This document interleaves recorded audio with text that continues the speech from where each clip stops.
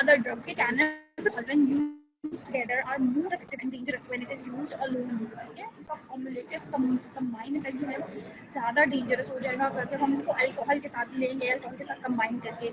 Cannabis is an illegal drug and punishment for its cultivation illegally has punishment in the form of imprisonment for 5 years and fine up to 50,000.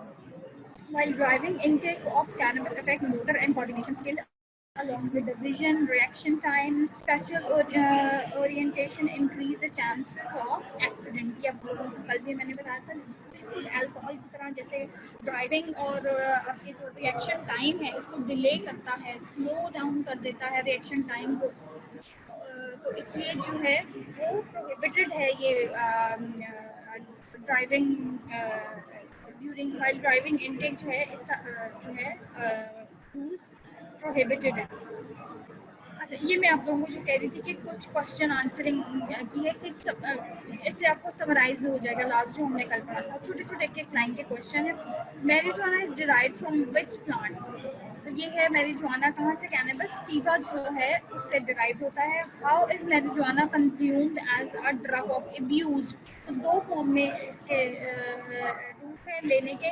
एक inhalation है जो कि smoking form में and second one is injection.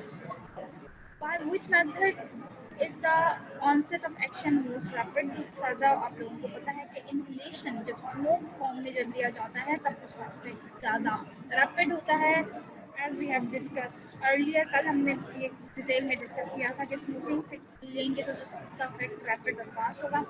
What is the predominant psychoactive chemical in marijuana. तो marijuana के अंदर जो psycho compound है, ये केमिकल है, वो बेसिकली है delta 9 टेट्राहाइड्रोकेनोल. The mechanism of THC. Mechanism क्या है कि it binds to the cannabinoid receptor and dopamine receptor. Basically जो न्यूरोट्रांसमीटर्स हैं आपके ब्रेन में, सीएनएस में, उनको उनके साथ ये जो है बाइंड करेगा और यूफोरिक इफेक्ट जो है, जो आपका स्टेज ऑफ एक्साइटमेंट वाली फर्स्ट स्टेज है जो 3 आवर्स के लिए होती है, उसके ऊपर इसका इफेक्ट वो इफेक्ट प्रोड्यूस करने के लिए इसने सबसे पहले आपके ब्रेन के न्यूरोट्रांसमीटर्स के साथ बाइंड करना. What is the origin of a name एमेंटामाइड. Ananta is the Sanskrit word that is bliss, or amentamide is the endogenous.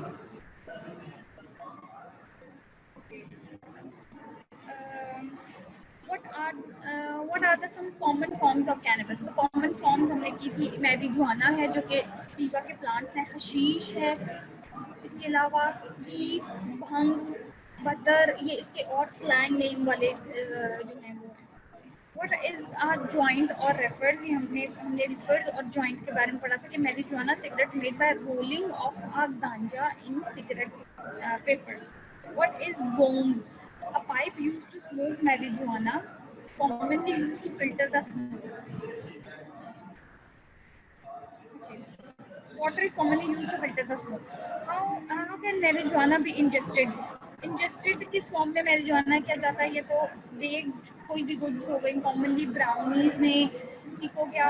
Infuse into a milk और टी, जैसे भंग को यूजुअली इसमें शरबत में, लस्सी में और डिफरेंट मिल्क जो मिल्क के कोई मशरूबात है उनमें या टी में मिला के कंज्यूम किया जा सकता है.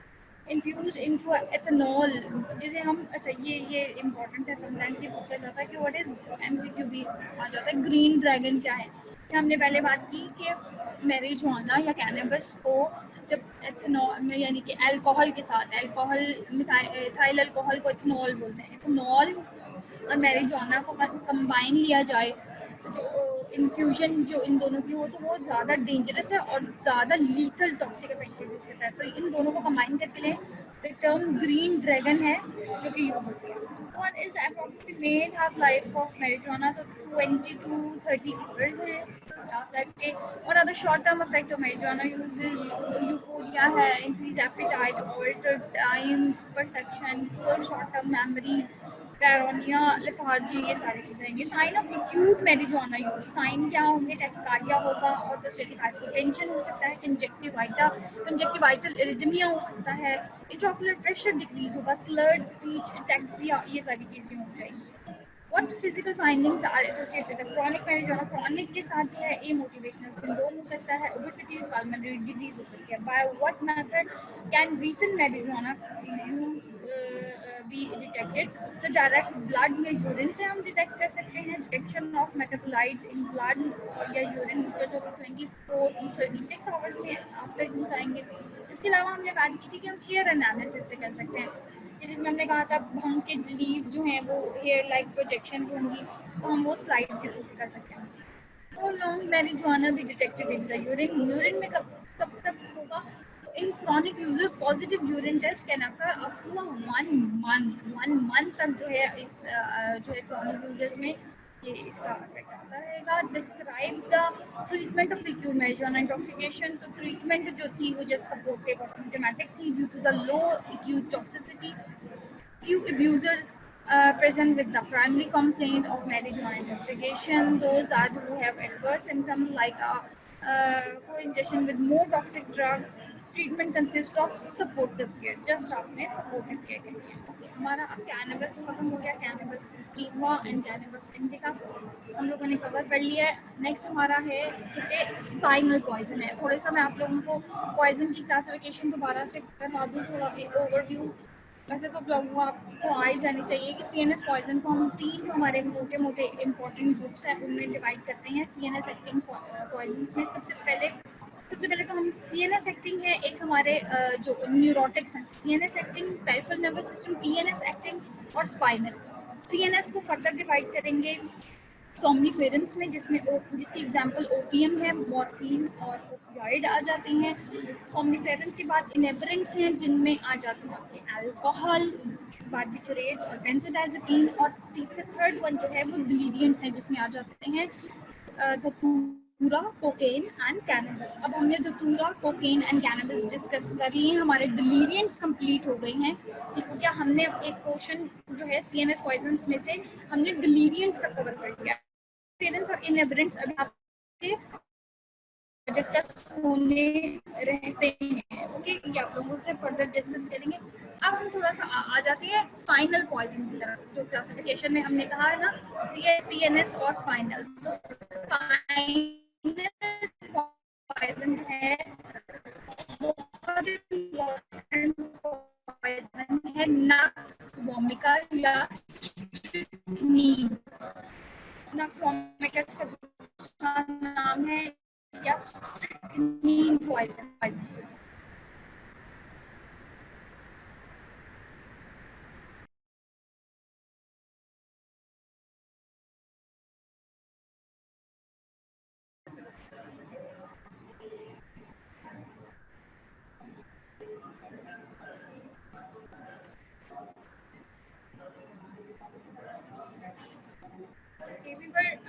We have started strychnine poison की मैंने आप लोगों को क्लासिफिकेशन एक दफ़ा रिवाइज करवा दिया. हम लोगों ने डिलीरियंट्स अपने कवर कर लिए हैं. अब हम स्पाइनल पॉइजन की तरफ आएंगे जो कि है स्ट्रिक्नीन. दूसरा नाम इसका स्ट्रिक्नस नक्स वोमिका है. समटाइम्स इसको नक्स वोमिका पॉइजनिंग या स्ट्रिक्नीन पॉइजनिंग भी कहा जाता है. के बारे में हमने बात की कि all parts of this are poisonous. Nux vomica are round, hard, slightly rough and glossy orange in color. इसकी फ्रूट की जो है स्पेसिफिक शेप है, राउंड है, हार्ड, रफ और ग्लॉसी इसका जो है वो कलर होगा orange glossy. They contain 3 to 5 seeds and a jelly-like white pulp. The seeds are hard, flat, circular disc with 2 centimeter and 0.6 centimeter thickness, being slightly convex on one side and concave on the other side. आप इसकी picture देखोगे तो आप लोगों को ये इसकी convexity इन seeds की shape से पता लग जाएगा. The seeds are ashy gray and light brown in color. Their shiny surface are covered with fine, short, silky, yellowish gray hair. The seeds are very hard and difficult to pulverise means उनको crush करना, grind करना जो है वो मतलब hard है। Pulverise strychnine powder is extremely bitter, लेकिन अगर उसको क्रश किया जाए, चाहे वो कुछ रॉ मटेरियल ही हो, वैसे तो कहा कि इसको क्रश करना, पल्वराइज करना इट्स क्वाइट डिफिकल्ट, लेकिन अगर कर ले तो वो उसका जो पाउडर बनेगा, जो वो बनेगा, एक्सट्रैक्ट बनेगा, that would be extremely bitter. ये इनकी शेप है स्ट्रिक्नीन की सीड्स की। हमने कहा कि वन साइड कन्वेक्स है और वन कनकेव है, और इस तरह ओवल डिस्क शेप राउंडेड से हैं। हो गया ये, अगर देखा जाए वो मुझे बता रहे थे 2 सेंटीमीटर डायमीटर, 0.6 सेंटीमीटर थिकनेस के हैं ये। अच्छा, इसके अंदर जो एक्टिव इंग्रेडिएंट्स है, प्रिंसिपल जो इसके एल्कोलॉइड, बेसिकली ये भी सीड जो है उसके अंदर एल्कोलॉइड प्रेजेंट है। The seeds contain 3 principal alkaloid, जो कि एक है स्ट्रिक्नीन, एक है ब्रूसीन और एक है लोगेनिन। स्ट्रिक्नीन जो है वो ऑलमोस्ट इन सीड्स में 1.3 to 1.5% है, ब्रूसीन 1.55%, जबकि लोगेनिन जो है वो काफ़ी स्मॉल क्वांटिटी में है, इससे भी कम जो है वो पॉइंट्स में इसकी क्वांटिटी है। स्ट्रिक्नीन बेसिकली जो इसमें अल्कलॉइड एक्टिव इंग्रेडिएंट्स है, that occurs as a powerful alkaloid in a dried seed of a plant, Strychnus nux vomica and Strychnus ignati। दो इसके डिफरेंट प्लांट्स के नाम है, बोटैनिकल नेम, एक Strychnus nux vomica है और Strychnus ignati है, जिसमें ये पावरफुल एल्कलॉइड जो है राइड जो सीड्स हैं उसमें ये स्ट्रिक्निन प्रेजेंट होगा। ब्रूसीन जो है वो the bark, leaves and wood of the plant contain only brucine. अब हमने प्लांट की बात की, प्लांट के जो बाकी पार्ट्स हैं, लीव्स हैं, उसकी बार्क है और वुड जो उसका है, उसके अंदर जो इम्पोर्टेंट एक्टिव इंग्रेडिएंट्स है वो होता है ब्रूसीन। Brucine is similar in action to the strychnine, but chemically and physiologically, strychnine is 10 to 20 times more potent than the brucine in its toxicity। लेकिन अगर हम बात देखने जाए टॉक्सिसिटी की, 10 to 20 टाइम्स स्ट्रिक्नीन की ही टॉक्सिसिटी ज़्यादा है। ब्रूसीन की भी टॉक्सिसिटी है स्ट्रिक्नीन जैसी, लेकिन स्ट्रिक्नीन से कम है।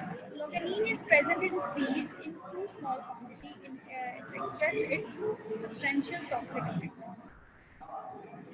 Circumstances of poisoning, क्या circumstances या लीगल इम्पोर्टेंस होगी स्ट्रिक्नीन पॉइजनिंग के साथ?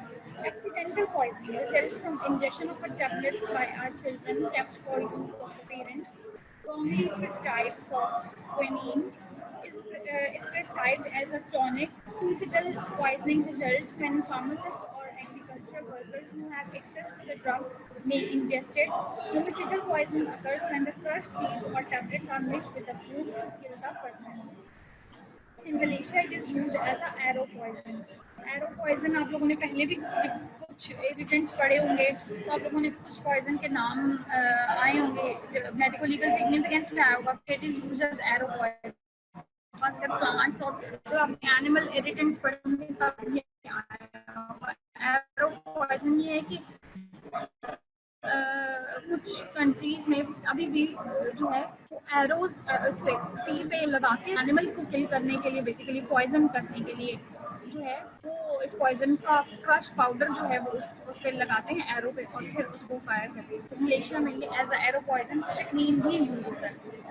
ठीक हो गई, तो इसके हो गए मेडिको लीगल यूजेस हो गए, मेडिको लीगल सिग्निफिकेंस हो गई। एक्सीडेंटल पॉइजनिंग हो सकती है, इसकी जो सीड्स हमने देखा वो बड़े अट्रैक्टिव से हैं, उनका कलर अगर आप देखें ग्लॉसी ऑरेंज एंड ब्राउनिश उसका कलर है, उसकी शेप इस तरह की है, तो चिल्ड्रन जो है बाय मिस्टेक इंजेस्ट कर सकते हैं और रॉन्गली प्रिस्क्राइब हो सकती है क्विनीन के तौर पे एज अ टॉनिक। जो है कुछ लोग इसको ये जो हकीम वगैरह हैं वो इसको टॉनिक के तौर पे प्रिस्क्राइब करते हैं सुसाइडल पर्पस के लिए। अच्छा, जिन लोगों का एक्सेस है, जिनको पता है, फार्मासिस्ट, एग्रीकल्चर, वो उन लोगों को पता है कि कहाँ इसका एक्सेस है, कहाँ से अवेलेबल है। अदरवाइज तो ये बैन ड्रग है, तो वो सुसाइडल पर्पस के लिए यूज़ कर सकते हैं। होमिसाइडल पर्पस के लिए अगर यूज़ करेंगे तो ऑब्वियसली इसका पाउडर बनाना पड़ेगा क्रश और फिर किसी फूड में मिलाएंगे, लेकिन फिर भी ऑब्वियसली इसका बिटर टेस्ट है, तो फूड में भी क्वाइट रेयर है कि जो है वो और एरो पॉइजन एब्जॉर्प्शन की बात करें तो poison is absorb from all the mucous membrane including the stomach and intestine. 20% of it gets eliminated slowly in the urine, some in the bile, sweat, saliva, and milk. Much of it is impound either in liver or in the muscle. The release of impound strychnine in liver in muscle is either to be released again to the blood or to be destroyed. The release of strychnine results in producing convulsion on the second or third day. स्ट्रिक्नीन की absorption जो है वो अगर आप देखें तो slowly हो रही है सारे म्यूकस मेम्ब्रेन जितने भी आपके जब इंजेस्ट की है तो म्यूकस मेम्ब्रेन के अंदर स्टमक में और उसकी वॉल में स्लोली एलिमिनेट हो रही है सिर्फ 20% जो है वो आपकी यूरिन में जो है वो जाएगी बाकी जो है आपकी सारी बॉडी में एब्जॉर्ब होगी और स्लो इसका इफेक्ट है इसकी स्ट्रिक्नीन की एब्जॉर्प्शन होगी कन्वर्जन जो है सेकंड और थर्ड डे पे जो है वो कन्वर्जन स्टार्ट होगी एब्जॉर्प्शन अगर आप देखे जाए तो इसकी स्लोली हो रही है फिर लिवर में जाएगी और फिर रिलीज होगी ब्लड में mechanism of action strychnine is a neurotoxin which acts as an glycine and acetylcholine receptor. It primarily affects the motor nerves in the spinal cord which control the muscle contraction. Start में ही कि it's a sign of poison. इसका effect जो है obviously mechanism of action अगर आप इसको देखें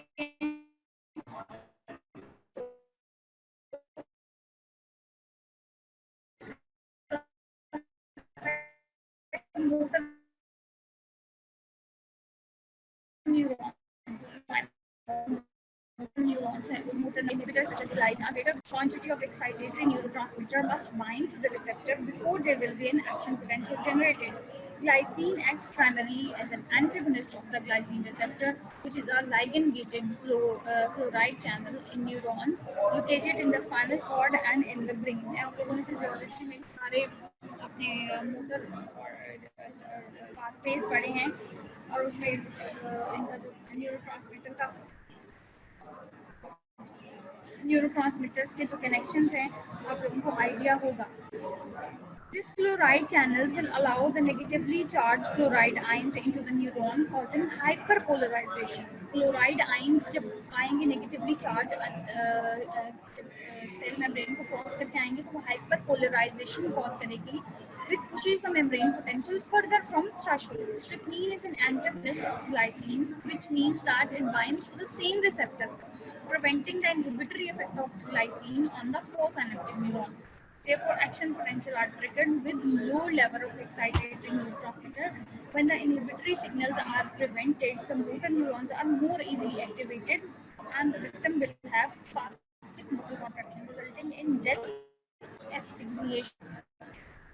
इसमें जब इनहिबिटरी सिग्नल नहीं आएंगे एक आप आ रहे हैं ठीक है स्ट्रिक्नीन की पॉइजनिंग की वजह से जो बेसिकली वहाँ पे मसल की कॉन्ट्रैक्शन करवानी है कंटिन्यूअस इनहिबिशन से स्टॉप हो गई उस सिग्नल्स को प्रिवेंट कर दिया और मोटर न्यूरॉन्स को कंटिन्यूअसली एक्टिवेशन हुए और हाइपर एक्टिव स्टेट जाएंगे आपके न्यूरॉन्स जिससे स्पास्टिक मसल कॉन्ट्रैक्शन जो है वो स्टार्ट हो जाएगी. यही बेसिकली जो है और बाकी जहाँ पे आपके होंगे और वो सारी चीजें होती हैं उसमें भी basically same mechanism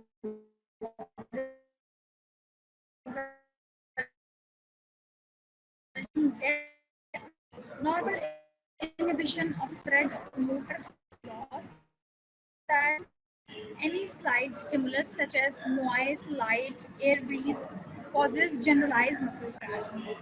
normal inhibition जो है of spread of motor cell stimulation वो बिल्कुल स्टॉप हो जाएगी खत्म हो जाएगी.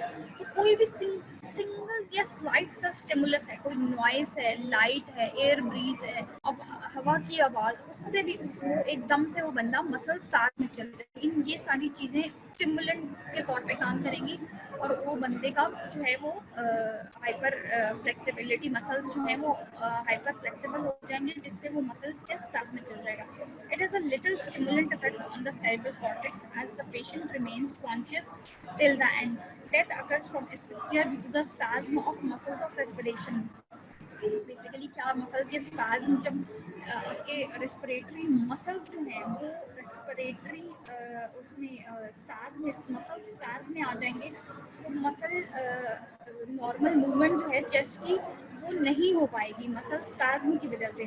तो वो बंदा जो है वो एस्फिक्सिया से जो है उसकी डेथ होगी और from collapse occurring in the interval between the spasm.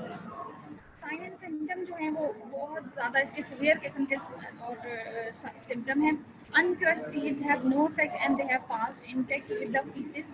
अगर वो बिल्कुल अनक्रश सीड्स जैसे वो सीड दिखा रहे थे मोटे मोटे जो डिस्क लाइक शेप थे वो अगर इंजेस्ट किए जाए तो ऐसा उनका कोई खास इफेक्ट नहीं होगा, वो फीसेस में डायरेक्टली पास हो सकते हैं। इफेक्ट कब आएगा जब वो क्रश्ड हों वो पल्वेराइज हो तब हमने कहा था कि उसका इफेक्ट आना है toxic. The sign and symptom appears within 5 to 10 minutes of injection of a powdered seeds. अगर किसी ने पाउडर सीड ले लिया तो 5 मिनट के अंदर some sign and symptom आएंगे in half an hour of ingestion of crushed seed। और आधे घंटे बाद अगर किसी ने क्रश सीड ली हैं these are intense bitter taste in mouth when ingested in a powder form। there is difficulty in swallowing। before convulsion there is increased activity of perception, increased rigidity of muscles, stiffness of muscle and twitching। obviously जब इस तरह की muscle की rigidity और muscle spasm होगा, convergence या fits जो है इवन जैसे एपिलेप्सी हो गया और भी डिजीजेस में जब भी कन्वर्जन्स होते हैं तो उससे पहले जो है एक perception increase activity of perception उस बंदे को परसीव हो जाता है कि अच्छा ये चीज़ होने लगी है, ऑरा जिसे बोलते हैं ऑलमोस्ट होता है इंक्रीज। तो इसमें भी जो है before conversion activity of perception जो है उसकी बढ़ जाएगी, रिजिडिटी मसल्स की जो है वो बढ़ जाएगी, स्टिफनेस और ट्विचिंग ये सब चीजें स्टार्ट होंगी। Convulsions are due to the action on reflex centres of the spinal cord and affect all the muscles at a time. ठीक है, इसमें जो है एट अ टाइम सारी मसल्स जो हैं उसको इसने इन्वॉल्व करना है। कन्वर्जन्स की टाइप कैसी होंगी? These are clonic in nature जो कि important है to become tonic to sustain sustain contraction है वो हो जाएगी, पहले क्लॉनिक होगी then it becomes tonic very smoothing and intrapersonal interval shorter। हो गया तो ये कन्वर्जेंस का क्लॉनिक और उसके बाद जो है वो इंटरवल जो है वो पहले बढ़ेगा और देन जो है वो इंटरवल शॉर्ट होता जाएगा। violent convulsive seizure occurs involuntarily all the muscles of the body at a time। as a result the anti-gravity muscle becomes markedly stiff and rigid। जो इतने भी आपके एंटी ग्रेविटी मसल्स हैं that will है उनके ऊपर इफेक्ट जो है वो प्रोड्यूस इफेक्ट अर्लियर स्टिफ हो जाएंगे, रिजिड हो जाएंगे। तो body is thrown into an arch, head bend backward, body ना आर्च शेप में कन्वर्ट हो जाएगी। हेड बेंड, हेड जो है वो सर bend backward, arms being either flexed on the chest और stretched out extended and the hands tightly clenched. ठीक है कि हैंड्स के क्लिंच्ड होंगे, हेड जो है वो बैकवर्ड होगा, आर्म्स या तो फ्लेक्स्ड होंगे या फिर चेस्ट के हैं वो होंगे एक्सटेंडेड। अभी आपको पिक्चर क्लियर हो जाएगा। मेनली द बॉडी में is position of opposite owner. आपके ये जो हैंड है वो या आर्म्स जो है वो क्लिंच्ड हैं, सॉरी हैंड्स क्लिंच्ड हैं और आर्म्स जो हैं या तो ये चेस्ट की तरफ और फ्लेक्स्ड हैं और ये आपकी जो हेड जो है वो बेंड बैकवर्ड और ये आर्च लाइक जो है आर्च लाइक बॉडी शेप में चली जाएगी।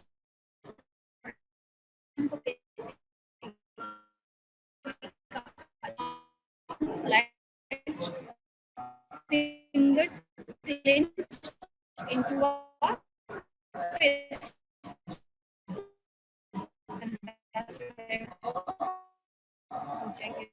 It's described as the back of the head and heels touching the ground in a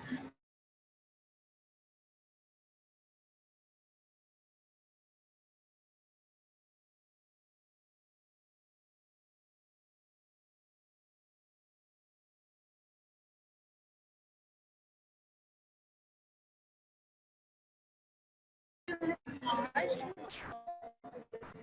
टोनस की बात कर रहे थे हम, back is arch, arm flexed, fingers clenched into a fist. अगर हम लेग्स की बात करें, इट इज लेग्स जो हैं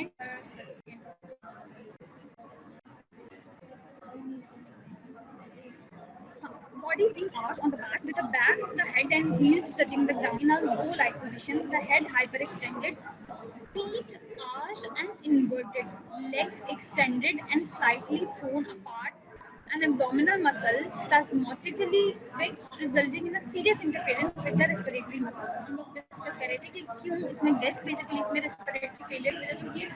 कि होता क्या है कि जो आपके एब्डोमिनल मसल्स हैं और रेस्पिरेटरी मसल्स हैं, दे आर सो स्टिफ और स्पैज्म में वो चले जाते हैं, जिससे नॉर्मल मूवमेंट जो है वो पोजीशन, एक तो बॉडी का पोस्चर ऐसा हो गया और नॉर्मल मूवमेंट चेस्ट की वो रिस्ट्रिक्ट हो जाएगी, एस्फिक्सिया जो है वो उस बंदे को हो जाएगा, रेस्पिरेटरी मूवमेंट जो है। अच्छा, इसके अलावा जो है emphysiotonus, that is forward bending of the body due to the violent spasmodic contraction of the abdominal muscle। एक तो हमने कहा बैकवर्ड बेंडिंग हेड की जो है वो emphysiotonus है, और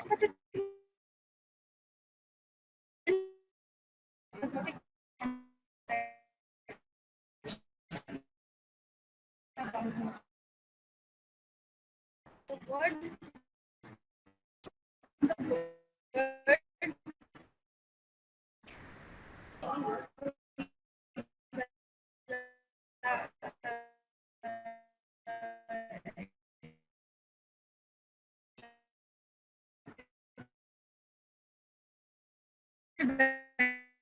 बेंडिंग भी हो सकती है, बेंडिंग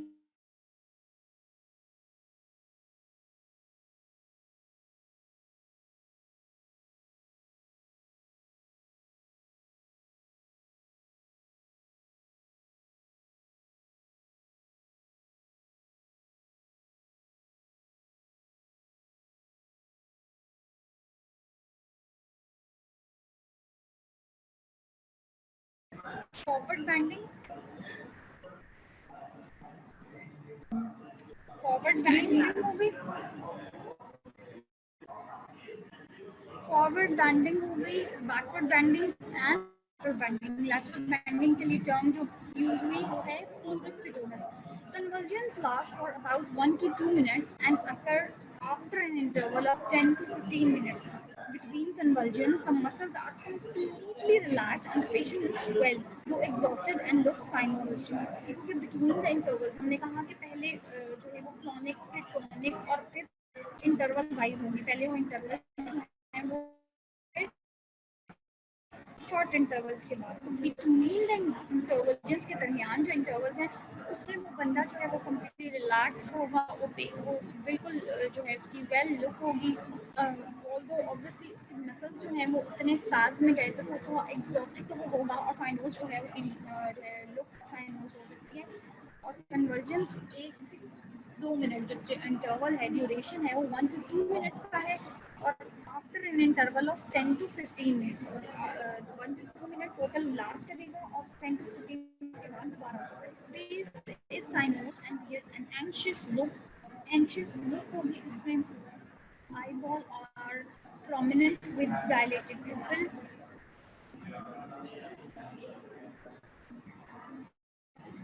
अगर आप ये देखें तो ये इस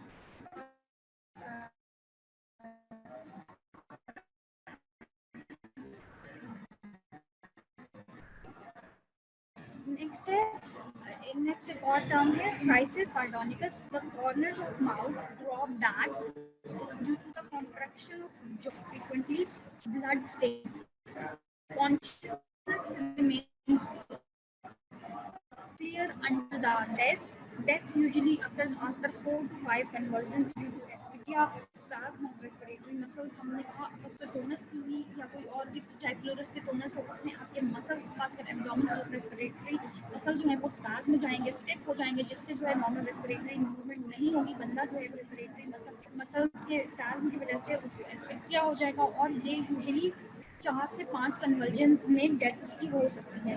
in non fatal cases conversion becomes less severe and recovery occurs with 1 to 2 days. But जो है कुछ जिसमें नॉन फैटल केसेस वो डोज कम है या बॉडी से एलिमिनेट हो गई, तो उसमें कन्वर्जन्स जो हैं वो उसमें सीवियर नहीं हो रही उसको। अदरवाइज अगर सीवियर कन्वर्जन्स हो रहे हैं तो 4 से 5 कन्वर्जन्स में उसकी डेथ हो जानी है। लेकिन अगर कन्वर्जन उसके लेस सीवियर हैं तब उसके रिकवरी के चांसेस हैं जो कि विद इन 1 to 2 डेज हो सकती है। ये जो हमने बात की डाइसिस डायकोनिकस की, उसमें जो है उस तरह क्लिंस्ड उसका जो है वो फेस होगा, माउथ जो जॉ है वो इस तरह इसकी जो है एंग्शियस लुक जो है वो होगी उसकी। Diagnosis of nux vomica, diagnosis हमने कैसे करा नक्स वोमिका के बारे में, उसमें फिजियोलॉजिकल टेस्ट हम करेंगे जिसमें हमने injection of aqueous suspended material in a dorsal sac of a frog results in convulsion within few minutes। ये जिस लेबोरेटरिकल टेस्ट है, वैसे ये इतना प्रैक्टिकल नहीं है कि आप किसी फ्रॉग के ऊपर लैब में ये यूजुअली टेस्ट किए गए थे नक्स वोमिका को जब हमने डायग्नोज करने के लिए था। लेकिन ये प्रैक्टिकली है ये एप्लीकेबल नहीं है। प्रैक्टिकली जो है जो आपके दूसरे लैब में है क्रोमेटोग्राफी और दूसरे मास स्पेक्ट्रोमेट्री, अब वो एनालिटिकल जो है उनसे हम केमिकल एनालिसिस कर सकते हैं। इसमें नहीं है कि आपने सस्पेक्टेड मटेरियल लेंगे तो आपने फ्रॉग के डॉर्सल लिम्फ सैक में आपने डालेंगे और फिर देखेंगे फ्रॉग को कन्वर्जन हुए, स्टिमुलेशन ऑफ कन्वर्जन, उससे हमें अंदाजा हो जाएगा कि जी वोमिका ही है। एनालिटिकल टेस्ट जो है वो thin layer chromatography, qualitative analysis, high pressure liquid chromatography है और क्वांटिटेटिव एनालिसिस। इसके अलावा डिफरेंशियल डायग्नोसिस बहुत है। हमने कहा कन्वर्जन की, एपिलेप्सी की, टेटनस हो गया, मेनिंजाइटिस हो गया, हिस्टेरिया हो गया, पैनिक अटैक, उनमें भी इसी किस्म की जो है वो बंदा जो है कंडीशन के साथ आता है। इसलिए हमें डिफरेंशियल, हमें अपनी डीडी जो है वो हमारी डिफरेंशियल डायग्नोसिस वो बहुत स्ट्रांग होनी चाहिए। तो हमारी डीडीज में हम यही आएगा जब इसको इस तरह का लग पॉइजनिंग का, स्ट्रिक्नीन की पॉइजनिंग का केस है तो आप उसकी डिफरेंशियल डायग्नोसिस में टेटनस सकते हैं कि या तो ये स्ट्रिक्नीन पॉइजनिंग होगा या हो सकता है कि ये टेटनस हो। आपने फिर एक्सक्लूजन क्राइटेरिया यूज करना है। एक्सोमिका होगा तो हमने क्या चीज़ एक्सक्लूड करेंगे, अगर टेटनस है तो क्या चीज़ होनी चाहिए, क्या चीज़ नहीं होगी, कौन सा सिम्टम टेस्ट। एपिलेप्सी है तो एपिलेप्सी में हिस्ट्री है फिट्स की, वो हमेशा क्लोनिक हो, हाई फीवर और नेक रिजिडिटी है। नेक रिजिडिटी, नेक के मसल्स में रिजिडिटी और फीवर मेनिंजाइटिस का इम्पोर्टेंट फीचर है। हिस्टेरिया जो है at times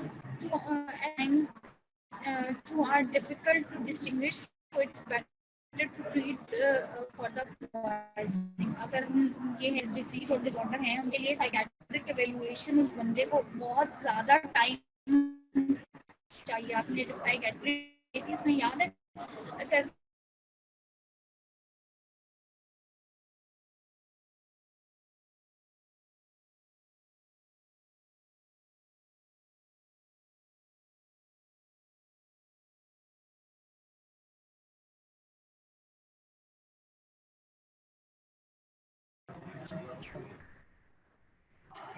discussing differential diagnosis nux vomica की जो है वो बहुत इंपॉर्टेंट है कि नक्स वोमिका के लिए हमें कन्वर्जन्स जो हैं वो इन सब डिजीज़ में भी हैं, तो हमें पता होना चाहिए।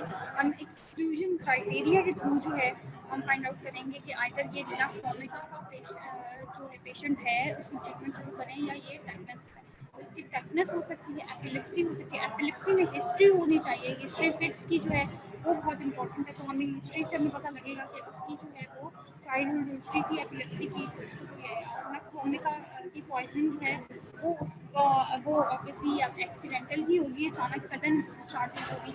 तो मेनिंजाइटिस के जो सिम्टम हैं वो जो डिफरेंशिएटिंग है कि हाई फीवर और neck rigidity, that is the hallmark जो है वो फीचर्स होंगे। तो मेनिंजाइटिस को उससे एक्सक्लूड कर सकते हैं। हिस्टेरिया को मैं हम बात कर रहे थे कि हिस्टेरिया को डिफिकल्ट है डिस्टिंग्विश करना नक्स वोमिका से। बजाय ये कि हम उसको टाइम ले उसको करने के लिए, तो हम जो है क्या करेंगे, एक ट्रीटमेंट जो है वो इसकी स्टार्ट कर देंगे।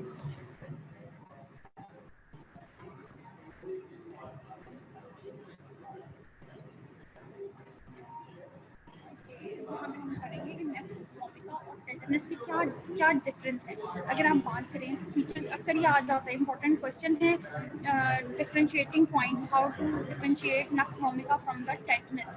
तो ऑनसेट अगर हम बात करें तो नक्स वोमिका का सडन होगा, सडन ऑनसेट होगा, जबकि टेटनस का जो है वो ग्रेजुअल होगा, आहिस्ता से स्टार्ट होगा। कोई भी उसकी जो है वो ऐसे पीछे से कोई हिस्ट्री नहीं होगी। नक्स वोमिका में हिस्ट्री हुई भी देंगे कि कुछ जो है वो पॉइजनिंग हुई थी, किसी चीज़ से इंजेस्ट किया है, अच्छा है। हिस्ट्री जो है वो नो हिस्ट्री ऑफ इंजरी की हिस्ट्री नहीं होगी। टेटनस में यूजुअली हिस्ट्री इंजरी की होगी, कहीं फॉल रोड पे गिरा है या कोई और इस तरह जो है वो अनहाइजीनिक जो है इंस्ट्रूमेंट सारा इंजरी की हिस्ट्री जो है वो टेटनस में होगी। कन्वर्जन्स जो है all parts of the body, हमने पहले भी बात की कि नक्स वोमिका में पूरी बॉडी के जितने भी मसल्स हैं एट द सेम टाइम जो है वो कन्वर्जन्स होंगे, जबकि टेटनस में all parts of the body are not involve at the same time. Nature of जो प्रोटोजम्स हैं वो क्लॉनिक होंगे, स्टार्ट इनका नक्स वोमिका क्लॉनिक होगी, जबकि टेटनस में हमेशा टॉनिक होती है। लोअर जॉ जो है note started from the lower jaw, और जबकि टेटनस का जो है वो हमेशा जो है लोअर जॉ से जो है वो स्टार्ट होता है टेटनस के। Muscular condition between the conversion, जो हमने कहा between the interval of conversion जो है वो मसल बिल्कुल रिलैक्स होंगे, बंदा जो है वो वेल लुक उसका होगा, जबकि टेटनस में वो एक रिजिड लुक के साथ ही होगा, मसल्स रिजिड ही रहेंगे टेटनस में। तो ये एक डिफरेंट हो गया। फैटल पीरियड की अगर हम बात करें तो 1 to 2 आवर्स हैं आपके स्ट्रिक्नीन में, कि 1 to 2 आवर्स में उस बच्चे की डेथ हो जाएगी। हमने कहा कि वो 4 से 5 कन्वर्जन हार्डली बेयर कर सकेगा और उसके बाद वो रेस्पिरेटरी मसल उसके स्पैज में चले जाएंगे और इवेंचुअली उसकी डेथ होगी। फैटल पीरियड 1 to 2 आवर है, जबकि टेटनस का विद इन 24 आवर्स है। ठीक है, इसीलिए कहते हैं टेटनस बहुत डेंजरस है। टेटनस का टीटी का इंजेक्शन फौरन, अगर किसी को इंजरी हुई है, रोड पे गिरा है, आरटी रोड का पेशेंट है, तो उसको वो फौरन से विद इन 24 घंटे के अंदर अंदर जो है वो टेटनस की प्रिवेंशन का जो है वो इंजेक्शन लगवा दें, अदरवाइज उसको 24 घंटों के दौरान टेटनस हो जाएगी बहुत dangerous. Lab analysis poison can be detected from the food, जबकि टेटनस में no poison can be detected from the food. Microscopic और कल्चरल एग्जामिनेशन जो है वो इतने हेल्पफुल नहीं है, जबकि टेटनस में क्लोस्ट्रीडियम टेटनाई जो बैसिलस है वो आपके माइक्रोस्कोपिक या कल्चरल एग्जामिनेशन में डिटेक्ट हो सकता है। फेटल डोज हमने स्ट्रिक्नीन की 30 to 120 जो है वो मिलीग्राम्स है। 1 पाउडर नक्स वोमिका सीड के अंदर 2 ग्राम जो है एल्कलॉइड के होंगे। Extract of nux vomica powder जो है वो 200 मिलीग्राम का जो है वो पॉइजन हो सकता है। फेटल पीरियड हमने पहले बात की कि वो जस्ट 1 to 2 आवर्स है। इसकी ट्रीटमेंट अब हमने कैसे करनी है, क्या हमारे पास ऑप्शन है इसके मैनेजमेंट के लिए। To control the convulsion, patient should be kept in a bed in a dark room, free from noise and disturbance।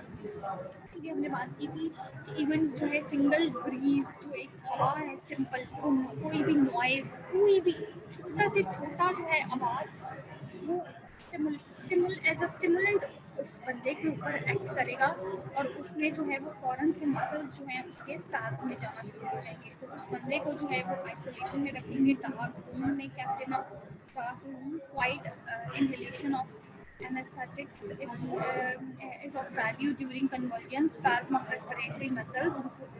Chloroform may be given until the patient is conscious. Short-acting barbiturates like sodium amylate and phenobarbital as an antidote in the dose of 300 to 600 milligrams should be given intravenously.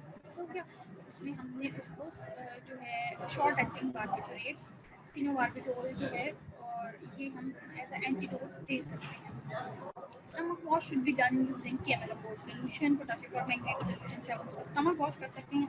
अगर उसने कोई भी crush seeds जो है वो ingest किए हैं, animal charcoal absorb the poison and tannic acid can be given।